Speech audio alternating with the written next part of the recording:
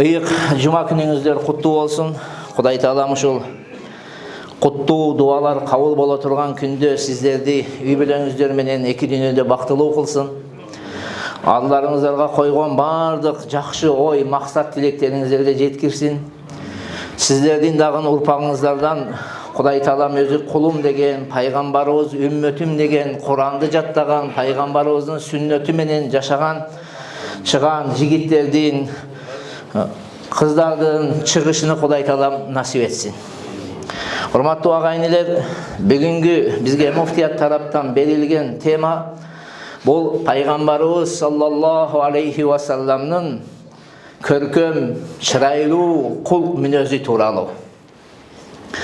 Аллах Таала кереметтүү Кур'ан Каримде мынтип айткан: Аузу биллахи минаш шайтанир ражим. Ва иннака ла'ала хулуқин азим. О Мухаммад, чындыгында сен улуу адеп ахлактын ээсисиң. Урматтуу агайнелер, бул сөздү ким айтып жатат? Бул сөздү адамдар эмес, периштелер эмес, сахабалар эмес, бир мансаптуу бир падышалар эмес, колунда бир муштуму күчтүүлөр эмес. Бул сөздү бүткүл ааламдардын жаратуучусу болгон Аллах Таала айтып атат. О Мухаммад, сен кимсиң? Эң жакшы, эң көркөм, эң чырайлуу адеп ахлактын ээсисиң дейт.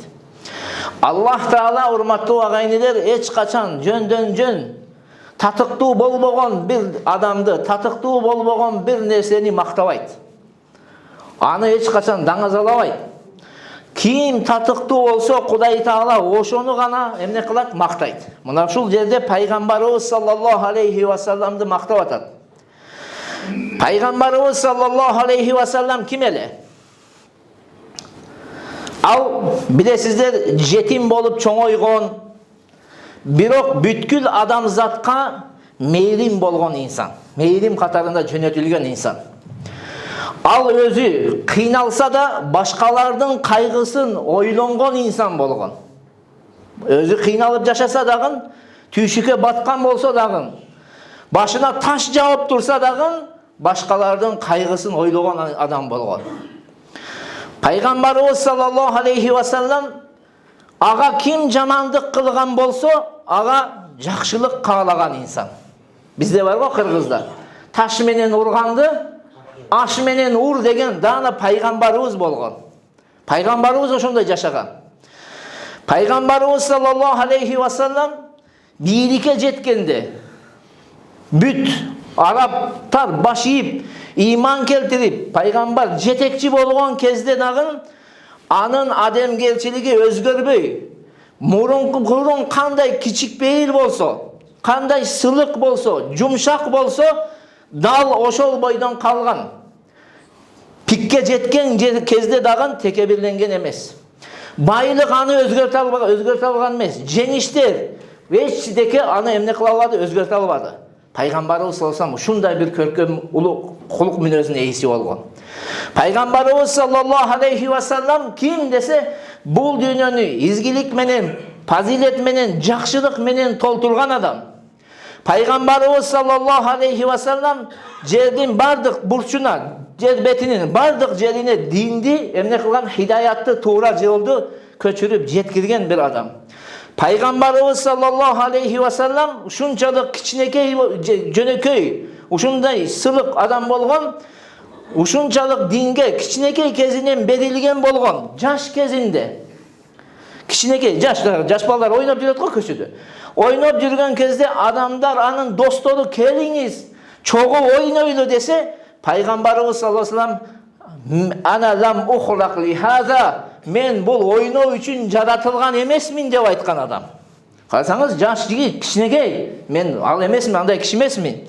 Пайгамбарыбыз саллаллаху алейхи ва салламга хидаяттын каты, тактап айтканда дин, пайгамбарлык миссия жүктөлгөн кезде мына ушул чоң аманатты көтөргөн адам. Пайгамбарыбыз саллаллаху алейхи ва саллам ким десеңиз, Пайғамбарыбыз саллаллаху Хатича энебиз келеми түн болду. Кичине сен дагы эс алгын деген кезде уйкунун убактысы өттү. Уктай турган убакыт эмес, уктай турган доор эмес, о Хатича деп жооп берген адам. Пайгамбарыбыз шундай бир өзгөчөлүктөрү бар. Бүткүл караңыздар. Араб аралы бар го, жарым аралы. Бүт исламга келди. Ага баш ийди. Адамдарга ошо бардыгы баш ийген кезде пайгамбарыбыз адамдарга кайрылып, билесиздер, хутба окуган. Элге кайрылган. Хутба дегенде элге кайрылуу. Элге кайрылып айткан. Ман кунту ахазту лаху малан фахаза мали фалияхуз минху. Мен кимнин байлыгыдан алган болсом кокус билбей, мына мен байлыгым, мына келип өзүнүн акысын алсын деген адам. Кимни сөккөн болсом, кимнин абириине шек келтирген болсом, мына менин абириим өчүнө алсын деген адам. Пайгамбарыбыз саллаллаху алейхи ва айтат, мен кимге бир ката, туура эмес, орой мамиле кылып койгон болсом, менден каалаган нерсесин сурасын деген адам. Ушундай пайгамбарыбыз саллаллаху алейхи ва ушундай көркөм кулк мүнөздүн ээси болгон адам, урматтуу агайлар.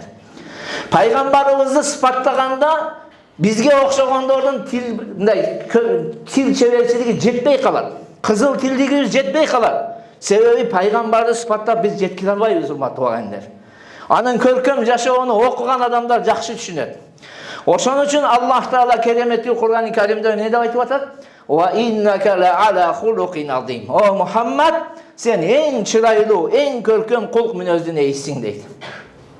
Башка аятта айтат: "Лакад кана лакум фи расулиллахи усватун хасана, алиман кана яржуллаха вал яумал ахир." Ким Кудай Таала акыретке иманы болуп, ага ишенип, кыяматта мен пайгамбарга жолугам, акырет бар деген үмүтү болсо, ал киши үчүн эмне бар дейт? Пайгамбарыбыз саллаллаху алейхи ва салламда чырайлуу бир үлгү бар дейт. Үлгү бар.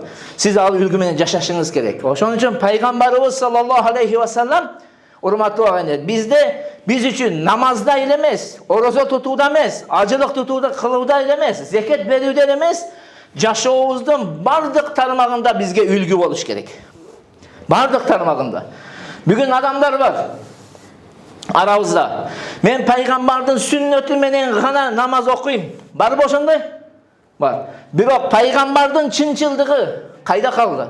Пайгамбарыбыздын аманатчылдыгы кайда калды? Пайгамбарыбыздын кичикпейлиги кана? Пайгамбарыбызды неге сабыр кылуусунда ээрчибейбиз? Неге мейримдүүлүгүндө ээрчибейбиз? Неге кечиримдүүлүгүндө ээрчибейбиз? Неге адилеттүүлүгүндө, адамдар менен болгон жакшы мамилесинде неге ээрчибейбиз?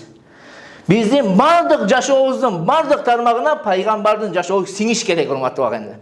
Намазда гана ээрчип койбойлу. Орозо тутууда гана ушундай туткан экен пайгамбар. Ажылык. Анда да ээрчили, башка сыпаттарында дагы биз менен сиздер ээрчишибиз керек. Толугу менен пайгамбарга ээрчишибиз керек. Мына ошол пайгамбарыбыздын эң көркөм сыпаттарынын бири бул сүйлөгөн сөзүндө, айткылган ишинде чынчыл болгондугу. Билесиздер, пайгамбарыбыз саллаллаху алейхи ва саллам кандай аманатчыл болгон, кандай чынчыл болгон. Кала берсе, жада калса, пайгамбардын душмандары дагы, сахабалардан мурун пайгамбардын душмандары пайгамбарга каршы чыгып, ага каршы күрөшкөндөр дагы пайгамбарыбыз саллаллаху алейхи ва салламга бул чынчыл киши эде, аманатчыл киши эде деп күбө беришкен. Туурабы? Тарыхта окугансыздар. Пайгамбарыбызды ошон үчүн эмне деп аталган? Ас-Садикул Амин, чынчыл, аманатчыл деген лакабаттары болгон. Себеби пайгамбарыбыздын жашообу толук тек гана эмне? Чынчылдык болгон. Душманы менен болсо дагы чынчыл, душмандык кылып зыян берсе дагы, туткунга алабыз десе дагы, өлтүрөбүз деген болсо дагы, баары бир пайгамбарыбыз чынчылдыгынан танган эмес, чынчылдыгы таштаган эмес, андан жазган эмес бир адам болгон. Ошон үчүн биз менен сиздер пайгамбарыбыздын ушундай көркөм мүнөзүндө дагы ээрчишибиз керек. Баягы Абу Суфияндан Харкал сурайт го, падыша. Силер ушул айтып аткан кишиңерди, ушул Мухаммадыңар мурун жалганчылык менен бир домотко калганбы? Адамдар ушундай жалганчы деген домотко калганбы дегенде пайгамбарга. Ошондо Абу Суфиянды карасаңыз, исламды кабыл алганга чейин пайгамбарга каршы эле да. Ошондо эмне дейт? Ла дейт да, жок, пайгамбар жалган сүйлөгөн эмес дейт да. Бул пайгамбарлык миссияны доо кылып келгенге чейин, мен пайгамбармын дегенге чейин эле Пайгамбар эмне сүйлөгөн эмес экен, жалган сүйлөгөн эмес экен. Бул ушун үчүн алымдарыбыз айтат, пайгамбарыбыздын эң көркөм кулк мүнөздөрүнүн бири бул чынчылдык болгон. Караңыздар. Меккеликтер эмне кылды? Пайгамбарыбыздын динин кабыл кылышкан жок. Туурабы? Ага каршы чыгышты, аны шылдыңдашты. Бирок ошондо да чынчылдыгына шек келтире алышкан жок да. Тура диниге каршы чыкты, меккеликтер чыкты. Кууду, куугунтукка алды. Керек болсо аны ээрчигендер мал мүлкүн дагы тартып алышты. Бирок жалганчы деп айта алган эмес. Неге? Себеби пайгамбарыбыз жалганчы болгон эмес да. Чынчыл болгон бардык ишинде. Пайгамбар саллаллаху алейхи вассалам толук жашоо чынчылык менен өткөн. Ошон үчүн адамдын урматтуу агайлар, эң чоң байлыгы анын вилла үй эмес. Анын мансабы эмес. Анын акча байлыгы эмес. Адамдын машинасы эмес. Чоң келтеген машинаны айдап алсаңыз деле сиздин нең эмес, чоң байлык эмес. Анын акчасы эмес. Анын эң чоң байлыгы эмне экен? Анын абирии менен анын ишенимдүүлүгү да. Пайгамбарыбыз саллаллаху алейхи вассалам ошондой нерсеге ээ болгон адам, урматтуу агайлар. Көрдүңүзбү? Байлык эмес, бийлик эмес, эчтеке эмес. Эмне? Чынчыл болгон, аманатчыл болгон. Кадыр баркы ошон үчүн өскөн. Бардык адамдар мына азыр карасаңыз 14 кылым кийин да эле биз пайгамбарыбызды тек гана жакшы сөз менен эстеп атабыз. Пайгамбарыбыз саллаллаху алейхи вассалам өзү дагы хадисинде айтат. Алейкум бис-сидқ. Силер чынчылдыкты бекем кармаңгыла. Фа инна сидқа яхди илал бир. Анткени чынчылдык адамды жакшылыкка жетелейт дейт. А жакшылык болсо адамды бейишке жетелейт дейт. Бейишке киргизет дейт. Пайгамбарыбыз саллаллаху алейхи вассалам өзү жашап дагы эл үммөтүнү үгүттөгөн дагы бул нерсеге. Ошон үчүн биз менен сиздер ар бирибиз өзүбүзгө суроо беришибиз керек. Ар бирибиз. Мен сүйлөп жаткан сөзүмдө чын сүйлөп атамбы? Үй бүлөм менен чындай, ардуши чын мамиле кылып атамбы? Досторум менен чын мамиле кылып атамбы? Же жасалмалык барбы? Алдап атамбы? Же партнерум менен, бизнес партнерум менен кандай кылып атам? Ар бирибиз кылган өзүбүздүн профессиябызда суроо берип коелу. Чынчылбызбы бул профессиябызда? Жөн эле алдап атабыз өзүбүздү. Бул дүйнөдө алдаш мүмкүн да, туурабы? Бирок акыретте бардыгы ачыкка чыгат. Экинчиси, пайгамбарыбыз саллаллаху алейхи вассаламдын кичикпейлиги. Дагы көркөм мүнөздөрдөн бири.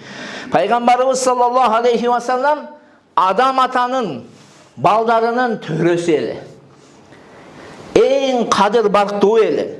Пайгамбарлардын акыркысы эле. Туурабы?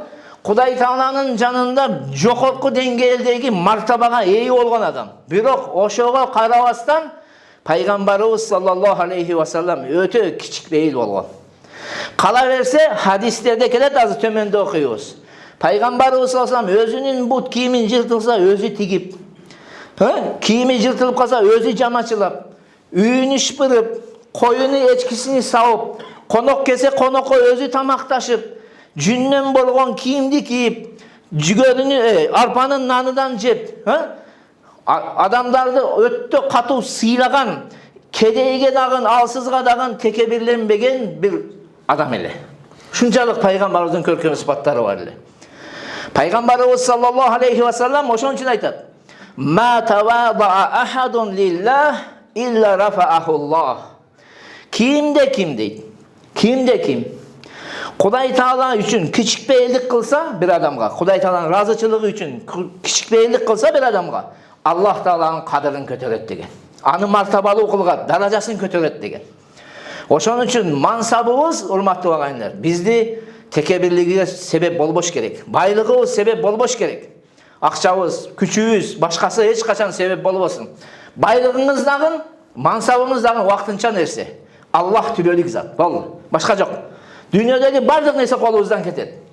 Бүгүн байлыгына кызыккандар эртең ажырап калышы мүмкүн. Бүгүн мансабына кызыккандар эртең ажырап калышы мүмкүн. Мүмкүн эмес, болот жашоодо. Ошон үчүн эч качан ага таянбай, түбөлүк калган зат Аллахка таяналы. Болду. Башкага эч кимге таянбаш керек бул дүйнөдө. Абдулла ибн Масуд, карасаңыздар пайгамбардын жашоону. Абдулла ибн Масуд радияллаху анху риваят кылган хадис бар дейт. Кунна яума бадрин саласатан ала баирин. Биз Бадыр согушуга чыккан кезде, Бадырга чыккан кезде дейт. 3 kişi bir töönü kezek menen minetilik deydi da, kezek menen. Biraz men mini barsam, ekinci dan esalap, üçüncüsü. Oşonda paygambarımыздın şerikleri deydi. Day eşeke uloogo mini baruga şerikleri kim dese Abu Lubaba menen Ali radıyallahu anhu bolgon eken. 3 kişi bir nemede. Çoğu. Oşonda paygambarımыздın nesi kelip kalat? Düşe turgan vakti kelip kalat. Kezek oturgan minip ketip atat, düşüş gerek, şerigi miniş gerek. Oşonda şerikleri aytadı. Koyunuz. Nahnu namşi ank. Allah'ın elçisi sen minip keteversin. Sen ordudan biz basıp koyuyoruz. Bizeler yol basalım. Siz minip keteveriniz degende Peygamberimiz sallallahu aleyhi ve sellem küçük beyliğini karаңызlar. Ma antuma bi aqwa minni. Sizler menden güçlüyle emessiniz. Sizler deler menden den solunlar. Men kандай olsam oşondoysunglar. Wa la ana bi aghna anil ajri minkum. Men sizlerge sizler kanday soğupqa muhtaç bolsаңар, men de ele oşondoy soğupqa muhtaçmın degen. Karаңыздар, dünyalыk peygamber bolup atat. Oşonçoluk sый urmatın eysi. Al otur dese adamlar oturat ele, tur dese turat ele. Birok peygamber oşonun peygamberdi özgörtpey, murunkuday kiçik beyil bolup birödün kezegini kelip, kezegin bolgon kezegini berip koyup atat. Karаңыз. Az karаңыз bizde bir çoğun işçi olsa, anın eşigini açasın, düşürüyorsun, kayra oturguzasın, javasın, ito açsan bal edesin, ito japsan da bal edesin, eşikte turav.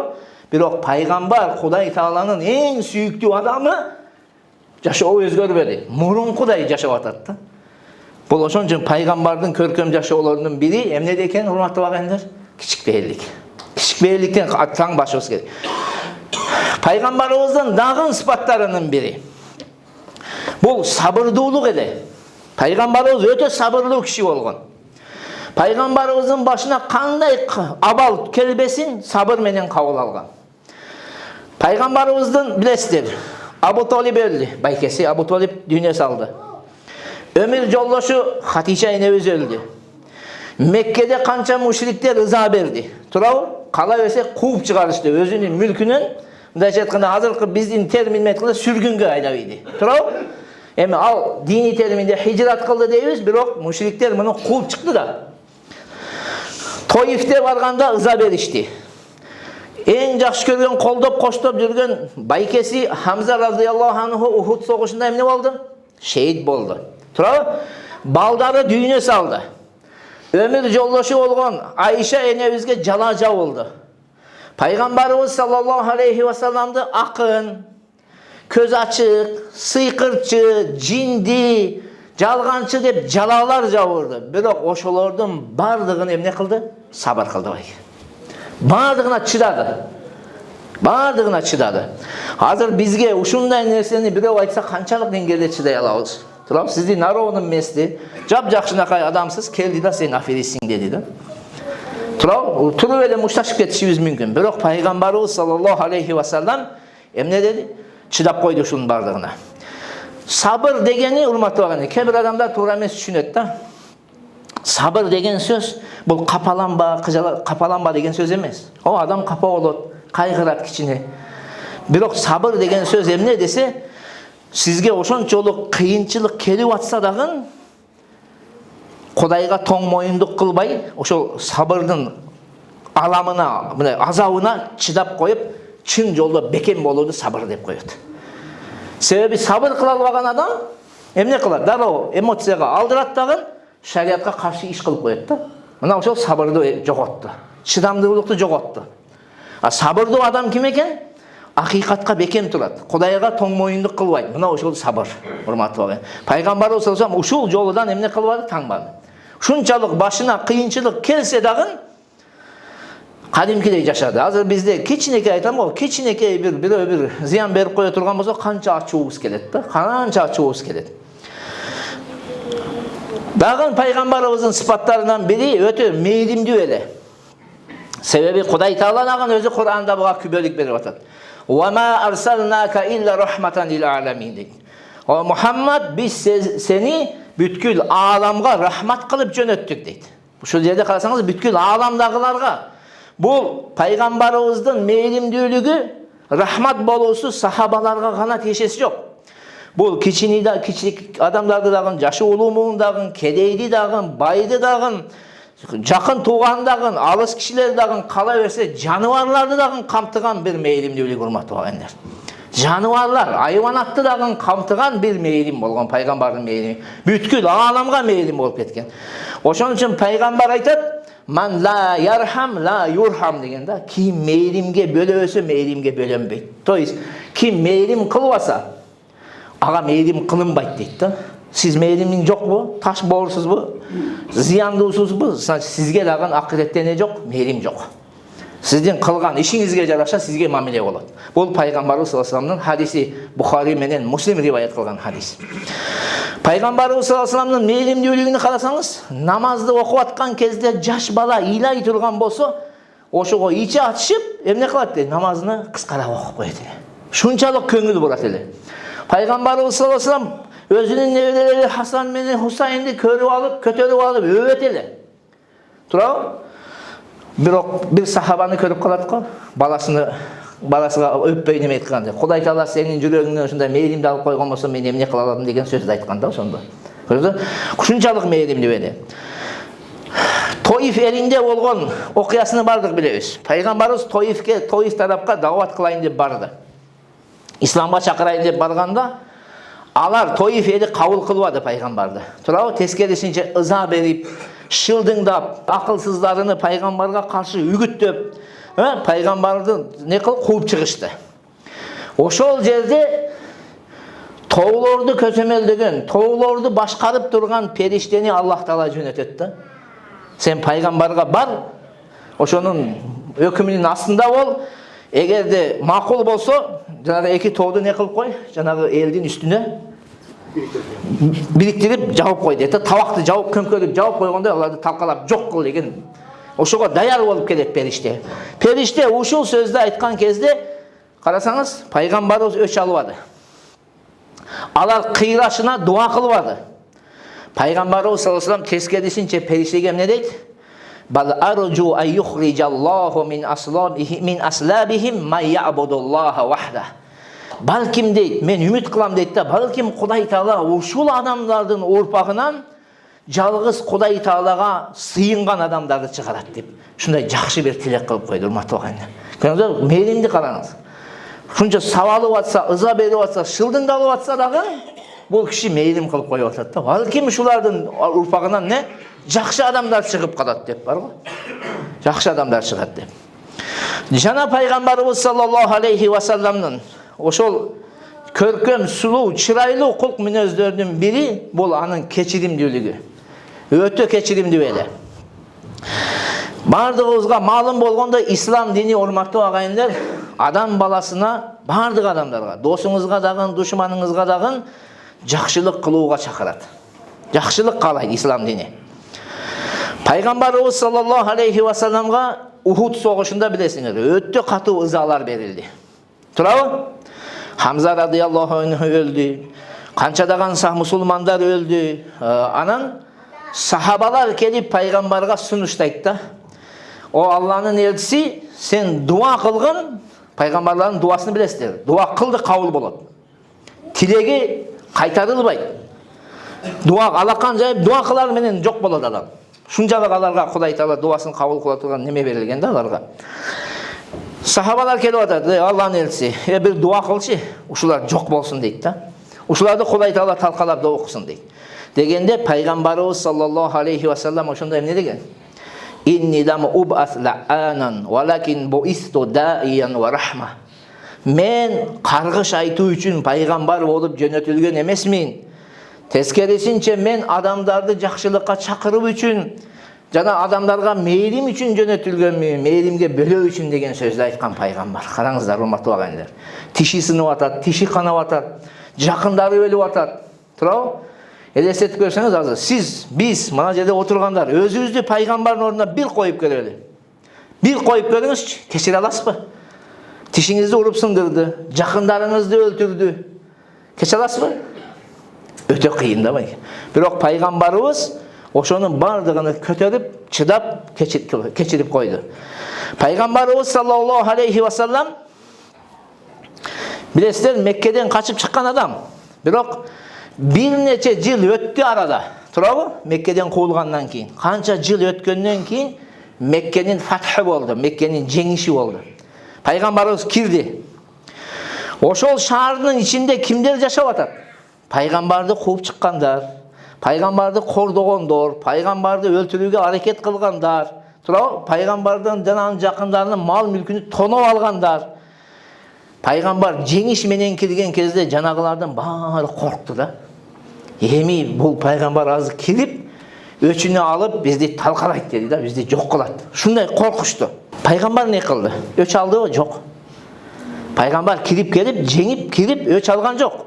Тескерисинче кечирди. Кечип коюп атат. Мүмкүнчүлүгү бар. Канча миңдеген сахаба менен кирип атат. Аскер мощный мындай айтканда бар го. Калагандай ошол доордун оружиясы менен, неме ок жарагы менен дейин, камсыздалган эң күчтүү мындай аскер кирип атат, бирок эч кимге зыян берген жок. Эч кимге зыян берген жок. Көңүл кечирип койду. Ошончо айтам, пайгамбарыбыздын эң көркөм кулк мүнөздөрүнүн бири эмне экен? Кечиримдүүлүк. Урматтуу агайлар, күчтүүлүктүн чыныгы мааниси мына ошол кечиримдүүлүк да. Күчтүүсүң сен кечиримдүү бол. Күчтүү адам, бизде айтат да, күчтүү адам өч алган адам эмес. Күчтүү адам көч алууга мүмкүнчүлүгү болуп жатып кечирген адам. Түшүндүңүзбү? Болуп турса дагы кечирген адам. Кудай Тааланын өкүмүн аткарып, Кудай Таала айтат го, "Валияфу", силер кечиргиле. Ошол өкүмдү иш жүзүнө ашырган адам күчтүү адам. Кечире алсаңыз, билип коюңуз, сиз эң күчтүү адамсыз. Күчүңүз жетпей кечирүү ал башка да. Кеде күчүм жетпей кечиргендер бар го. Жүрөгүндө бар да, мен мүмкүнчүлүгүм болгондо жайламакмын деген түшүнүктөрү бар адамдар болот да жашоодо. Ал башка нерсе. Анан чындап эле күчү жетпейт, анан чындап эле кечкендер да бар, эми ал туура эле. Бирок күчү жетип туруп кечкендик бул өзгөчө бир сыпат да, урматтуу агайлар. Пайгамбарыбыз шундай мыкты сыпатка ээ болгон. Анас радиаллаху анху риваят кылган хадис бар. Мен дейт, пайгамбарыбыз саллаллаху алейхи ва саллам менен көчөдө кетип атат дейт. Чогуу, пайгамбарыбыз бир калың кийим кийип алган дейт да. Анан бир бидуин араб, чөлдө жашаган араб, жанагы маданиятсыз, түшүнүгү жок келген бир араб пайгамбарыбыздын жанына келет дагы дейт, жанагы кийимди кармап ал, жанагы калың кийим катуу болот го, жүнүнөн неме болгон. Мындай тартканда дейт, кадимкидей мойнунда жанагы кийимдин изи калып кетти дейт да, ушундай катуу силкти дейт да, пайгамбарды кармап мындай. Кийимиңизди мындай кылса кыйып кетет го мындай. Катуу силкти дейт. Пайгамбардын мойну кадимкидей изи калып калды дейт. Калың да мына жер, кыйып ийди да мындай айтканда. Бирок пайгамбарыбыз саллаллаху алейхи ва салламды карасаңыздар эми. Ушундай тартып ийди да, "О Мухаммад, Кудай Таала сизге берген байлыктан бизге дагы бөлүштү" дейт. "Бөлүшкүн" деп айтты дейт пайгамбарга. Ошондо пайгамбар фалтафата илейхи фадахик. Пайгамбар жанагы кишини карап күлдү. Биз эмне кылмакпыз байкеле? Жакаңдан кармап, көчөдөн бир таанып алган киши келди дагы тартты да. Мойнуңузду кыйып кетти, кып-кызыл болду. Эмне кылабыз биз? Муштамакпыз да, туурабы? Муштамакпыз да. Бирок пайгамбар карап карасаңыз, фалтафата илейхи фадахик. Пайгамбар карап күлдү. Да, анан буйурду, ошол жанагы вакф деп коеюн, ушундай түшүнөлү, Кудай Тааланын жолунда коюлган акчадан буга дагы бөлүп бергиле деп. Бул пайгамбарыбыздын мээримдүүлүгү, кечиримдүүлүгү, урматтуу агайлар. Бул чоң сабак бул нерсе биз менен сиздер үчүн. А биз элементарный эле көчөдө жөн жерде кетип алып мушташып атпайбыз. Туурабы? Машина кыйшык айдап койсо, деп түшүп алып бири-бирибизди муштап, тепкилеп бар го кадимкидей. Бастырып кетип калат да. Кана кечиримдүүлүк, кана мен мусулманмын, мен пайгамбардын сүннөтү менен жашайм дегендер кана, урматтуу агайлар. Пайгамбардын сүннөтү мына ушундай жашообузда болуш керек. Пайгамбарыбыз саллаллаху алейхи ва салламдын да жана көркөм кулк мүнөздөрүнүн бири анын адилеттүүлүгү. Өтө адилеттүү болгон пайгамбарыбыз. Адилеттүүлүгүнө күбө пайгамбарыбыздын бир хадиси келет. Мына ошол. Курайштардын билесиздер, Махзумия уруусунан бир аял уурулук кылат. Уурулук кылган адамдын жазасы эмне эле? Колду кесүү. Туурабы? Кол кесилет. Уурулук кылдыңызбы, кол кесилет. Аны эч ким эчеке кыла албайт. Далил болду, доказательство болду, кол кесилиш керек. Бул шарият тараптан бекитилген жаза. Андан кайта албайсыз.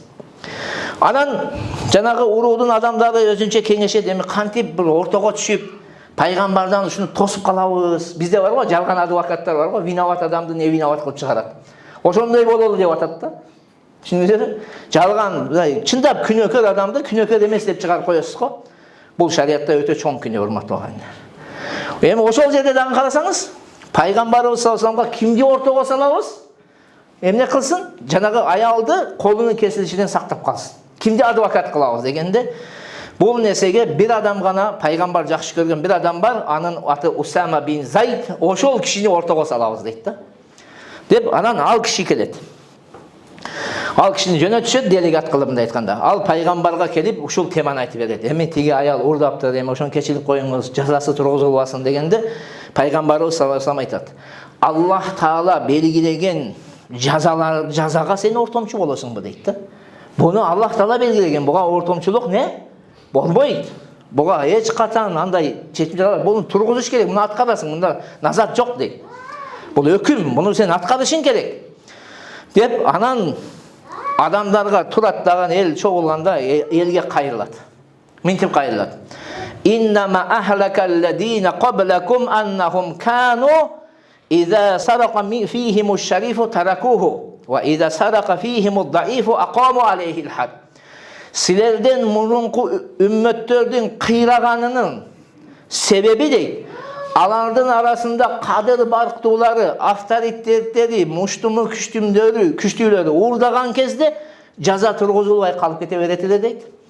Алсыз, күчү жок, артында адамы жок, бийлиги жок, мансабы жок, эчтекеси жок адамдар болсо, ага жаза тургузулат эле дейт. Ушул себептен мурунку үммөттөр кыйроого учурады дейт.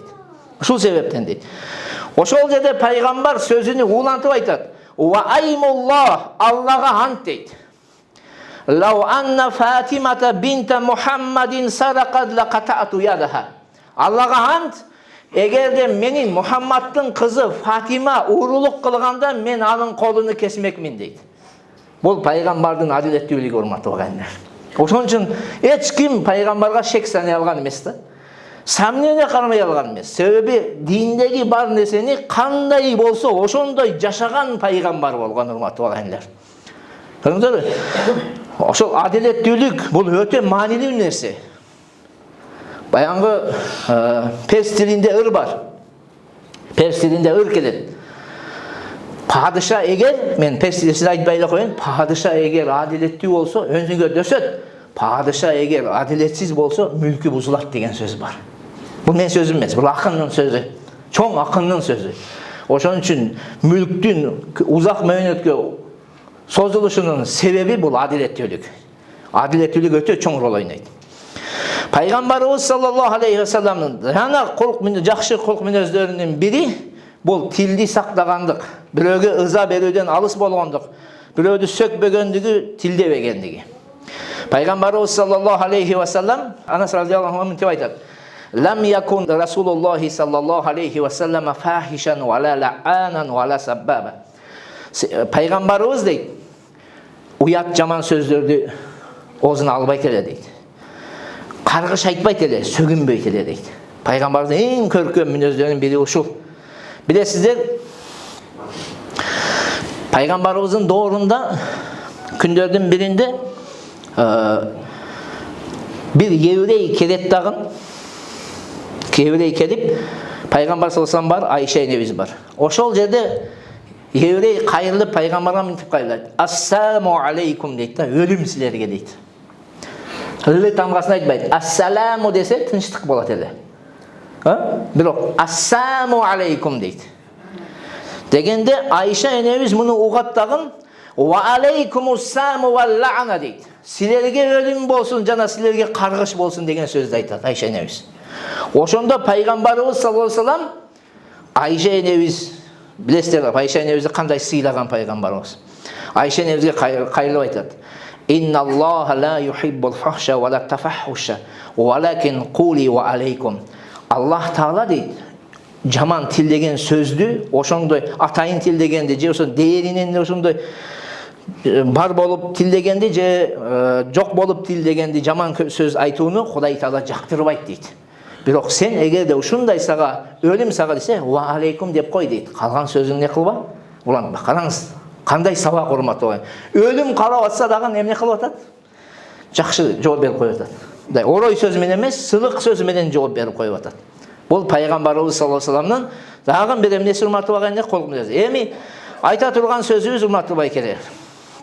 Урматтуу агайындар. Дүйнөдө ушул акырына бир сөз айтып коеюн. Дүйнөдө билесиздер көптөгөн адамдар күчү менен таанылды. Алардын айрымдары байлыгы менен таанылса, айрымдары бийлиги менен таанылды. Бирок пайгамбарыбыз саллаллаху алейхи вассалам өзүнүн чырайлуу, көркөм адеп ахлагы менен, мээрими менен, чынчылдыгы менен бүткүл адамзатты эмне кылып койду? Жүрөктөрүнө багынтып койду да. Ошон үчүн пайгамбарыбыздын жашообу биздин тилибизде эмес, жашообузда болуш керек. Практикада, үйүбүздө биздин балдарыбыз бизден пайгамбардын несini көрүш керек, көркөм мүнөзүн көрүш керек. Партнерлорубуз көрүш керек. Каякта иштей турган болсок, ошол бардык жерде пайгамбардын чырайлуу кулк мүнөзүн биз көрсөтсөк, миңдеген адамдардын хидаятка келишине, туура жолго келишине себеп болуп калабыз. Аллах таалам бардыгыбызды ушул пайгамбардын сыпаттары менен жашаган адамдардан кылсын. Ассаламу алейкум ва рахматуллахи ва баракатух.